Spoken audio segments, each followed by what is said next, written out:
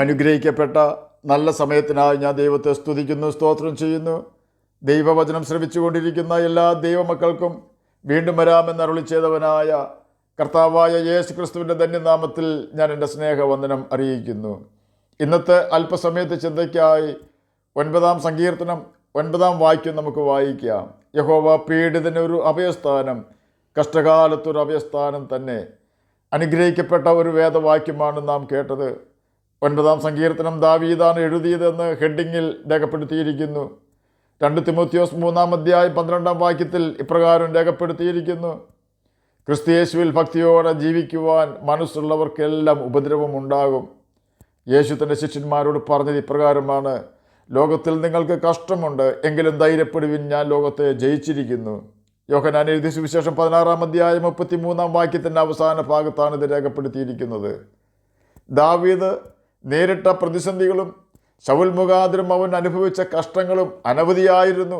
മേൽപോട്ട് നോക്കുവാൻ പോലും കഴിയാത്ത വിധം പ്രതിസന്ധിയാണ് ശൗൽ ദാവീദിന് വരുത്തിയത്. ശൗൽ എന്ന ശല്യത്തെ ദാവീദിന് നിഷ്പ്രയാസം തീർക്കാമായിരുന്നു. പല പ്രാവശ്യം ശൗലിനെ കൊല്ലുവാൻ ദാവീദിന് അവസരം ദൈവം ഒരുക്കി കൊടുത്തു. എന്നാൽ ശൗലിനെ ദാവീദ് കൊന്നിരുന്നെങ്കിൽ ദാവീദ് ദൈവത്തിന് ബോധിച്ച പുരുഷൻ ആകുമായിരുന്നില്ല. ദൈവം ഒരു വ്യക്തിയെ പരിശോധിച്ച് അവൻ കൊള്ളാകുന്നവനാണ് എന്ന് തെളിഞ്ഞാൽ മാത്രമേ ഏത് പദവിയിലും ദൈവം ആ വ്യക്തിയെ സ്ഥിരപ്പെടുത്തുകയുള്ളൂ. പ്രതിസന്ധികൾ ദാവീദിന് ഒത്തിരി ഉണ്ടായിരുന്നെങ്കിലും ദൈവത്തിൻ്റെ സംരക്ഷണവും ദൈവം അവന് കൊടുത്തിരുന്നു. 2 ശമൂവേൽ 12-ാം അധ്യായം 7-ാം വാക്യത്തിൻ്റെ അവസാന ഭാഗത്ത് ഞാൻ നിന്നെ ശൗലിൻ്റെ കയ്യിൽ നിന്നും വിടുവിച്ചു എന്ന് രേഖപ്പെടുത്തിയിരിക്കുന്നു. ദാവീദിൻ്റെ കഷ്ടസമയത്ത് അവനെ ഒറ്റയ്ക്ക് വിടാതെ അവനെ സഹായിക്കുവാൻ അനേകരെ ശൗലിൻ്റെ കൂട്ടത്തിൽ നിന്നും തന്നെ ദൈവം ദാവീദിൻ്റെ അടുത്തേക്ക് ദാവീദിനെ സഹായിക്കുവാനായി പറഞ്ഞ് അയച്ചിരുന്നു. ദാവീദ് എപ്പോഴെല്ലാം പ്രതിസന്ധിയിലായിട്ടുണ്ടോ അവനെ രക്ഷിക്കുവാൻ ദൈവം പദ്ധതി ഒരുക്കി അവനെ സംരക്ഷിക്കുമായിരുന്നു. കാരണം വെള്ളമില്ലാത്ത ഉണങ്ങി വരണ്ട മരുഭൂമിയിലും ദാവീദ് ദൈവത്തിനായി ദാഹിക്കുമായിരുന്നു. യഹോവയിൽ മാത്രമായിരുന്നു ദാവീദിൻ്റെ ആശ്രയം. രക്ഷിക്കുവാനും വിടുവിക്കുവാനും യഹോവ ശക്തനാണെന്ന് സിംഹത്തിൻ്റെ മുമ്പിലും കരടിയുടെ മുമ്പിലും ഗോലിയാത്തിൻ്റെ മുമ്പിലും ദൈവം ദാവീദിന് തെളിയിച്ചു കൊടുത്തു. ഒറ്റക്കാര്യം മാത്രമേ ദാവീദ് ചെയ്തിരുന്നുള്ളൂ: ദൈവത്തോട് അകൃത്യം ചെയ്യാതെ തന്നെത്താൻ കാത്തു. അതുകൊണ്ട് തന്നെ ദാവീദിൻ്റെ യുദ്ധങ്ങളെല്ലാം ദൈവം തന്നെ ഏറ്റെടുത്ത് നടത്തുകയും വിജയം ദാവീദിനെ നൽകുകയും ചെയ്തു. എന്നെ കേൾക്കുന്ന പ്രിയ ദൈവമകനെ, ദൈവമകളെ, ഒരു പക്ഷേ ദാവീദ് അനുഭവിച്ച പ്രതികൂലങ്ങളോ പ്രശ്നങ്ങളോ നാം ആരും അനുഭവിക്കുന്നുണ്ടാവുകയില്ല. ഒരു സിംഹമോ കരടിയോ ഗോലിയാത്തോ ശൗലോ നമ്മെ മുന്നോട്ട് വിടാതെ തടയുന്നുണ്ടാവുകയില്ല. എന്നാൽ നമുക്ക് മുന്നോട്ടുള്ള യാത്രയ്ക്ക് തടസ്സം നിൽക്കുന്ന ഏത് പർവ്വതമാണെങ്കിലും അതിന് സമഭൂമിയാക്കി തീർക്കുവാൻ ദാവീദിൻ്റെ ദൈവത്തിന് ഇന്നും സാധിക്കും. നാം ഒരു കാര്യം ചെയ്താൽ മാത്രം മതിയാകും. നമുക്ക് സഹായം തരുന്നവനും നമ്മുടെ വഴി കുറവ് തീർത്തു തരുന്നവനും നമുക്ക് വേണ്ടി കരുതുന്നവനുമായ കർത്താവിനെ നമ്മുടെ യുദ്ധങ്ങൾ ഏൽപ്പിച്ച് അവനായി കാത്തിരുന്നാൽ മതി. ജയം നേടിത്തന്നുകൊണ്ട് നമ്മെ എതിരേൽക്കുന്നവനായൊരു നല്ല കർത്താവ് ഇന്നും നമുക്ക് വേണ്ടി ജീവിക്കുന്നു.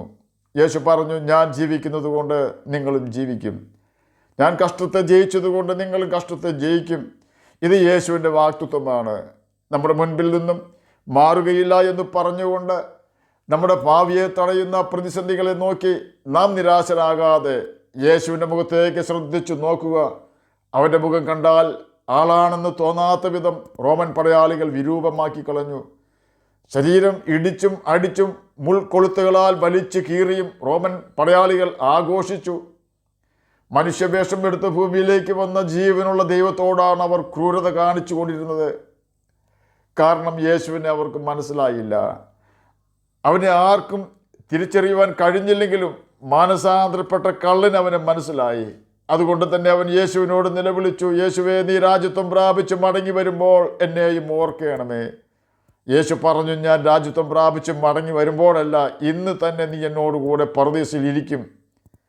വലിയ കഷ്ടതയായിരുന്നു ആ കള്ളൻ അനുഭവിച്ചിരുന്നത്. തൻ്റെ തെറ്റുകൾ കൊണ്ടായിരുന്നു തൻ്റെ കഷ്ടത. രക്ഷിക്കുവാൻ ആരും ഉണ്ടായിരുന്നില്ല. എന്നാൽ ചെറിയ ഒരു പ്രാർത്ഥന കൊണ്ട് അവൻ്റെ നരക ജീവിതത്തിൽ നിന്നും രക്ഷപ്പെട്ടു. അവൻ്റെ കൂട്ടുകാരൻ അവനെപ്പോലെ തന്നെ കുരിശിൽ കിടക്കുന്നുണ്ട്, കഷ്ടത അനുഭവിക്കുന്നുണ്ട്, വേദന കൊണ്ട് പൊളയുന്നുണ്ട്. ജീവൻ പോകുന്നതുവരെയും അവൻ അങ്ങനെ തന്നെ പൊളയേണ്ടി വരും. ഒടുവിൽ വറചട്ടിയിൽ നിന്നും എരുതിയിലേക്ക് എന്ന പോലെ കുരിശിൽ നിന്നും മാനസാന്തരപ്പെടാത്ത കള്ളൻ നിത്യ നരകത്തിലേക്ക് വലിച്ചെറിയപ്പെട്ടു.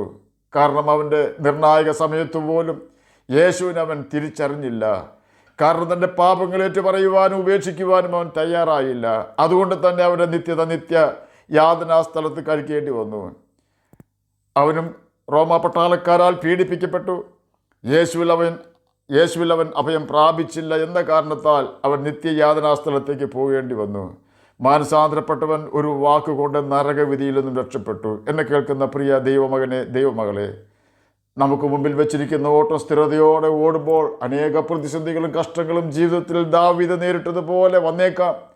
യുദ്ധം യഹോവയ്ക്കുള്ളതാകയാൽ നാം ഒരിക്കലും നേരിട്ട് യുദ്ധം ചെയ്യുവാൻ പോകാതെ കാര്യം കർത്താവിൻ്റെ കരങ്ങളിൽ ഏൽപ്പിച്ചുകൊണ്ട് അവനായി കാത്തിരിക്കുക. അവൻ സകലതും നന്നായി ചെയ്യുന്നവനാണ്. ആകയാൽ കഷ്ടങ്ങളിൽ ഏറ്റവും അടുത്ത തുണയായ കർത്താവായ യേശു ക്രിസ്തുവിനെ ആശ്രയിച്ച് വിശ്വസ്തയോടെ നമുക്ക് ജീവിക്കുകയും യേശുവിനെ നമുക്ക് ആശ്രയിക്കുകയും ചെയ്യാം.